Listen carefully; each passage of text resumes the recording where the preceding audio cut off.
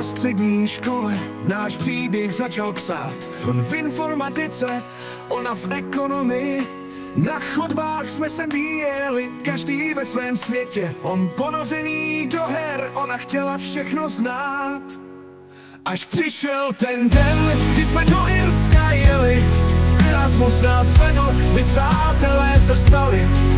Od té chvíle život nabral nový směr. Našli jsme lásku, co přečkal čas, i vzdálený břeh.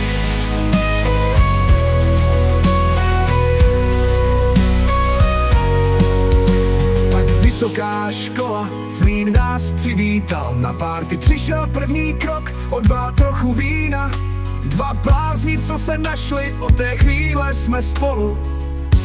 Až přišel ten den, kdy jsme do Irska jeli. Erasmus nás vedl, my přátelé se stali. Od té chvíle život nabral nový směr. Našli jsme lásku, co přečkal čas, i vzdálený břeh.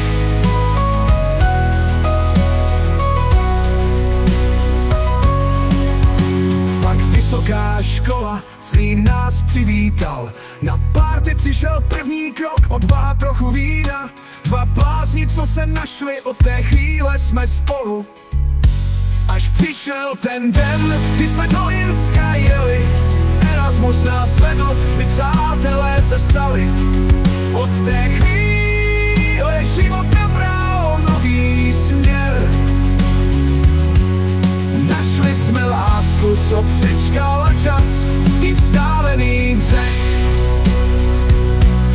Půlroční Erasmus v Portugalsku nás rozdělil, ale láska na dálku, to byl test, co jsme zvládli. Moderní technologie, překvapivé návštěvy dokázali, že láska není omezena kilometry.